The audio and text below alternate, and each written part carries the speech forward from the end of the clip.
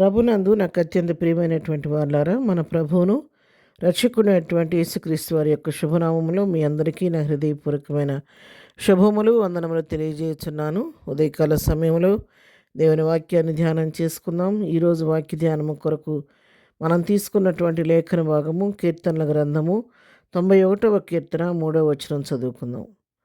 వేటకాని ఉరిలో నుండి ఆయన నిన్ను విడిపించును, నాశనకరమైన తెగులు రాకుండా నిన్ను రక్షించును. దేవుని నామమునకు మహిమ కలుగును గాక.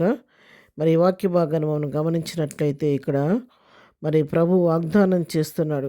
వేటకాని ఉరిలో నుండి ఆయన నన్ను విడిపించును అని దేవుని వాక్యం సెలవిస్తూ ఉంది. అవును ప్రియారా, ఎవరైతే తన దేవుని ఆశ్రయంగా చేసుకుంటారో, దేవుని సన్నిధిలో ఉన్న వారికి, దేవుని పైన ఆనుకున్న వారికి దేవుడు ఏ కీడు రానివ్వకోకుండా వేటకాని ఉరిలో నుండి కూడా ఆయన మనల్ని తప్పిస్తూ ఉంటాడు. నాశనకరమైన తెగులు రాకుండా మనలను మన కుటుంబాలను కాచి సంరక్షిస్తూ ఉంటాడు. ఆయన రెక్క నీడలో మనల్ని దాచి భద్రపరుస్తూ ఉంటాడు. మరి అంతేకాదు, వేటకాడు అంటే అపవాది అయిన సాతానికి సాదృశ్యంగా ఉన్నాడు. ఒకటి వేటకాడు ఏ విధంగా మరి ఉరి పన్ని ఆ ఉరిలో చిక్కుకుపోయినటువంటి ఆ యొక్క వలలో చిక్కుకుపోయినటువంటి మరి జంతువులను కానీ పక్షులను కానీ ఏ విధంగా వాడు తీసుకొని వెళ్ళి హతమారుస్తూ ఉంటాడు. వాడి పని ఏంటంటే వాడు వేటాడి ఎవరు దొరుకుతారా అని చెప్పని తన బాణాలతో సంధించి ఆ దొరికిన వారిని తీసుకొని ఆ విధంగా వారిని ప్రాణాలు తీయటానికి వెతుకుతూ ఉంటాడు. అపవాది పని అదైతే దేవుని పని ఏంటంటే ఆ విధంగా చిక్కుబడిపోయిన వారిని విడిపించి సంరక్షించే పని దేవుని పని.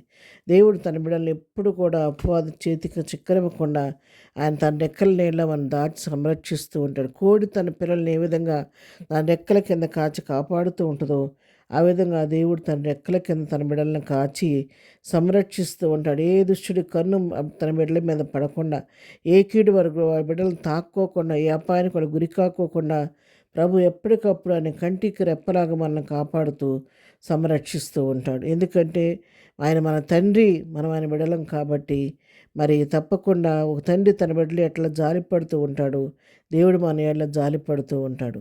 మరి తల్లి అయినా కొన్నిసార్లు కొన్ని పరిస్థితుల్లో తన బిడ్డను మర్చిపోద్ది, విడిచిపెట్టుది, కఠినపరుచుకుంటుంది. కానీ మరి దేవుడు ఎన్నడూ కూడా మరి తల్లి మరిచినా కూడా విడువని దేవుడు మన దేవుడు.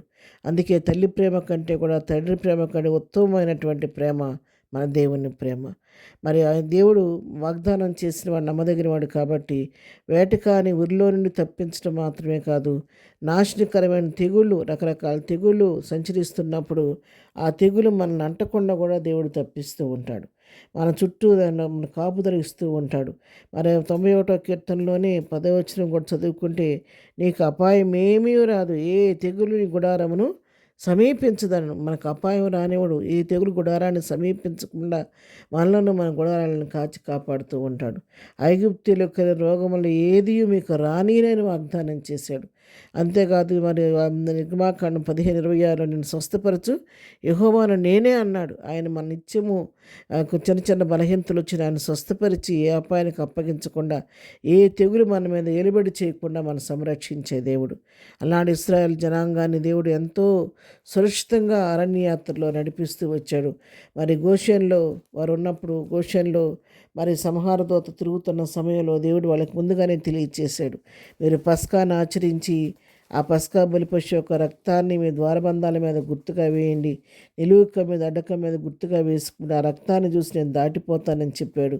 వారు ఆ విధంగానే పస్కాను వధించి పస్కా బలిపశు రక్తాన్ని నిలువుక మీద అడ్డక మీద గుర్తుగా వేసినప్పుడు సంహారదూత ఆ యొక్క గృహాల్లోకి వెళ్ళకోకుండా గృహాలను దాటిపోయింది.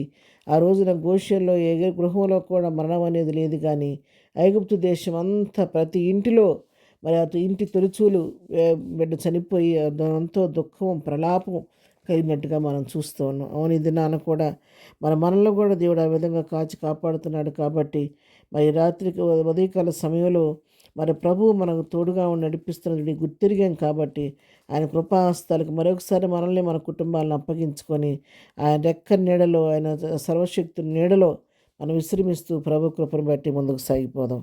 ప్రార్థన. ప్రేమ కలిగిన తండ్రి, పరిశుద్ధుడా నీకు వందనాలు. ఉదయకాలం ప్రభా మరి మాకు ఇచ్చిన ఈ శ్రేష్టమైన వాక్య భాగాన్ని బట్టి నీకు వందనాలు. అవును ప్రభు, ఎన్నో అపాయాల నుంచి ఇంతవరకు వాళ్ళు తప్పిస్తూ వస్తున్నారు. మీకు మా విషయాల్లో చాలిన దేవుడు కూడా నడిపిస్తున్న నీ ప్రేమకై నీకు వందనాలు. ఈ దినము కూడా మేము చేయి పనిపాట్లో రాకపోకలో తోడుగా ఉండండి. ఇక ముందు కూడా మీ సహాయం కొరకు మేము వేడుకుంటున్నాము, నడిపించండి ఆయన. ఇదైనా బర్త్డే మ్యారేజ్ చేసుకున్న బిడ్డలను దీవించండి, ఆశీర్వదించి వాళ్ళ అవసరక్కలు మీ నామంలో తీర్చండి. బలహీనంగా ఉండి స్వస్థపరచండి. ఉద్యోగాల కోసం ఎదురు చూస్తున్న బిడ్డలకి ఉద్యోగాలు దయచండి. వారికి వివాహాలు సిద్ధపరచండి నాయన. చదువుకునే బిడ్డలకు జ్ఞానం ఇచ్చి నడిపించి ప్రతి వారి పట్ల కృప చూపించమని యేసునామములో ప్రార్థించడి పొందుకొని ఉన్నాము తండ్రి. ఆమెన్. ప్రభు కృప సదాకాలం మనందరికీ తోడేడు నడిపించును గాక. ఆమెన్.